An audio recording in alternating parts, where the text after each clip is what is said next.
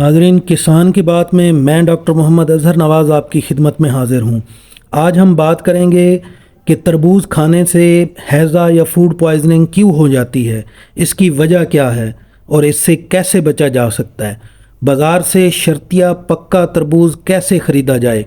तरबूज़ को चेक करने के लिए टाकी लगाना या कट लगाना चाहिए या नहीं लगाना चाहिए। बाज़ार में रेडियों पर बर्फ़ लगा तरबूज़ लेकर खाना चाहिए या नहीं खाना चाहिए। इन सब बातों के जवाब जानने के लिए ये वीडियो आखिर तक ज़रूर देखिए। और अगर अभी तक आपने हमारा चैनल सब्सक्राइब नहीं किया तो हमारे चैनल को सब्सक्राइब कर लीजिए।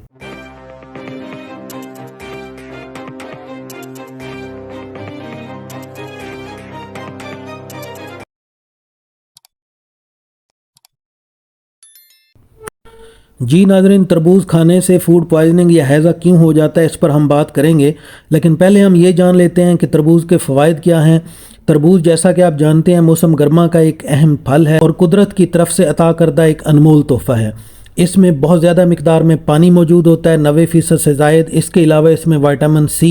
और विटामिन ए पाया जाता है। ये हमारे जिस्म की क़ुव्वत मुदाफ़अत को बेहतर करता है, गुर्दों के अफ़आल को बेहतर करता है। इसके साथ साथ जो है ब्लड प्रेशर को कम करता है और हमारे निज़ाम इंहज़ाम को बेहतर बनाता है, हमारे हाज़मे को दुरुस्त करता है।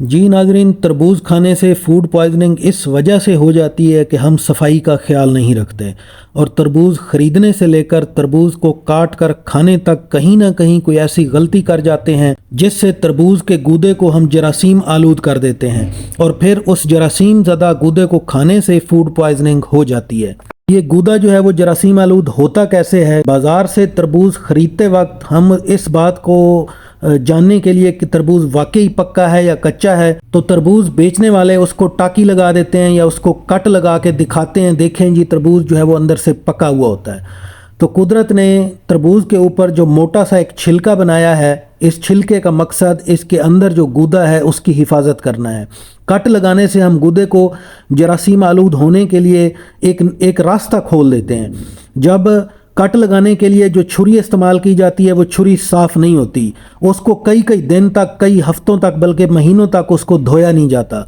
तरबूज़ बेचने वाले जो लोग होते हैं उनके हाथ साफ़ नहीं होंगे, वो उन्हीं हाथों से छुरी को पकड़ेंगे, छुरी को छुएंगे, तरबूज़ों को हाथ लगाएंगे, उससे जो है कट लगा के उस गूदे के एक पीस को बाहर निकाल के आपको दिखाएंगे, फिर उसे वापस रखेंगे। तो इस अमल के दौरान ये चांस मौजूद होता है कि वो गूदा जो है वो जरासीम आलूद हो जाएगा। और जब हम कट लगे तरबूज़ को शापर में डालकर घर तक लाते हैं तो रास्ते में उस पर मिट्टी पड़ते रहेगी और उस कट के ज़रिए उस जगह से, उस ओपनिंग पॉइंट से मिट्टी वगैरह जो है वो गूदे को लग जाती है। तो ये टाकी या कट लगा तरबूज़ जब आप घर लाएंगे तो उस कट की वजह से आप उसको धो भी नहीं सकते, तो उसके ऊपर जो मिट्टी, जरासीम, जो चीज़ें मौजूद थीं, आप अपने हाथों से उस तरबूज़ को पकड़ेंगे और उसको जो है वो काटना शुरू करेंगे तो उसकी सतह के ऊपर जो जरासीम लगे हुए थे वो आपके हाथों को लग जाएंगे। फिर उन्हीं हाथों से जब आप इसके टुकड़े काट लेंगे गूदे के और उनको आप खाएंगे तो वो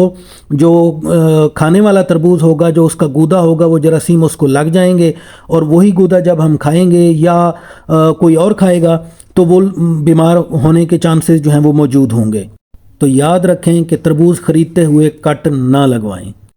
तरबूज़ जो है वो साबित हालत में घर लेके आएँ, उसे अच्छी तरह जो है साफ़ पानी से धोएं और फिर साफ़ छुरी हो और बर्तन या ट्रे जिसमें काट के रखना है वो उसका साफ़ होना ज़रूरी है। और इसके बाद आप जो है अच्छे तरीके से इसको काटें और कुदरत के इस अनमोल तोहफ़े के जायके से लुत्फ़अंदोज़ हों। हम बात कर लेते हैं कि बाज़ारों में रेडियों पर जो बर्फ़ लगा तरबूज़ काट कर जो है वो बेचा जाता है और लोग उसको खा रहे होते हैं, तो क्या वो खाना चाहिए या नहीं खाना चाहिए। तो ये बात जहन में रखें कि तरबूज़ को ठंडा करने के लिए जो बर्फ़ इस्तेमाल की जाती है तो कमर्शियल स्केल पे जो बर्फ़ बाज़ार में मिलती है वो साफ़ पानी से नहीं बनाई जाती और बर्फ़ को बनाते हुए उसमें मुख्तलिफ़ तरह के केमिकल, नमक और मुख्तलिफ़ तरह की चीज़ें डाली जाती हैं। वो किसी भी तरह पर जो है वो बर्फ़ जो है वो जरासीम से पाक नहीं होती, वो साफ़ नहीं होती, इवन उसका पानी भी ठीक नहीं होता। और इसके साथ ये बात ज़हन में रखें कि बर्फ़ के ऊपर या तो डायरेक्ट तरबूज़ को रख दिया जाता है या फिर उसके ऊपर एक शापर पड़ा हुआ होता है और शापर के ऊपर तरबूज़ को रखा जाता है। तो रेडियों वाले तकरीबन सारा सीज़न जो है वो शापर तब्दील ही नहीं करते, वो सीज़न के बाद ही जो है एक ही दफ़ा शापर बदला जाएगा। या आप ये समझ लें कि ڈیلی بیسس پہ اس شاپر کو نہ دھویا جاتا ہے، نہ صاف کیا جاتا ہے، نہ تبدیل کیا جاتا ہے، تو وہ جو شاپر ہے وہ صاف نہ ہونے کی وجہ سے وہ بھی ایک وجہ بنتا ہے کہ تربوز جو ہے اس کے گودے کے اوپر جراثیم لگ جاتے ہیں، اور جب لوگ کھاتے ہیں تو اس سے وہ بیمار ہو جاتے ہیں، انہیں فوڈ پوائزننگ ہو جاتی ہے، انہیں ہیضہ ہو جاتا ہے۔ تو بازار میں جو تربوز بیچا جاتا ہے اس کو کاٹنے کے لیے جو چھری استعمال کی جاتی ہے وہ بھی سارا دن بلکہ کئی دن تک اس کو جو ہے وہ دھویا نہیں جاتا۔ بات اور دیکھ لیں کہ ریڑیاں جو ہے وہ اکثر روڈ کے قریب ہوں گی، اور وہاں ٹریفک جو گزر رہی ہوتی ہے، گاڑیاں، مختلف طرح کی چیزیں جو گزر رہی ہوتی ہیں، ان سے مٹی گرد جو چیز اٹھتی ہے، آلدو جو ہے وہ ریڑیاں والوں نے کسی حد تک ایک پروٹیکشن میں وہ گلاس کا ایک چیمبر یا کوئی شیشے والا چیمبر یا پلاسٹک اس طرح کی کوئی چیز جو ہے وہ حفاظت کے لیے بنائی ہوئی ہوتی ہے، لیکن عام طور پر 2 یا 3 سائڈیں کور ہوتی ہیں اور ایک سائڈ کھلی ہوتی ہے، اور وہ جو ایک سائڈ کھلی ہوتی ہے اس طرف سے جو ہے وہ مٹی بھی پڑتی رہتی ہے، مکھیاں بھی وزٹ کرتی ہیں، اور اس طرح کے یہ کسی بھی طور پر جو ہے یہ اس طرح کی چیز کھلی جو سمجھ لیں انوائرمنٹ پہ پڑی ہوئی ہے اس کو کھانا ٹھیک نہیں ہے، اور اس طرح سے تربوز پوری دنیا میں کہیں نہیں بیچا جاتا جس طرح ہمارے ہاں بیچا جاتا ہے۔ تو اپنی صحت کا خیال رکھیں، اپنے بچوں کی صحت کا خیال رکھیں، تو اس طرح یہ کھلا ملنے والا بازار میں جو تربوز موجود ہوتا ہے اس کو خرید کر نہ کھائیں، اس سے بچیں۔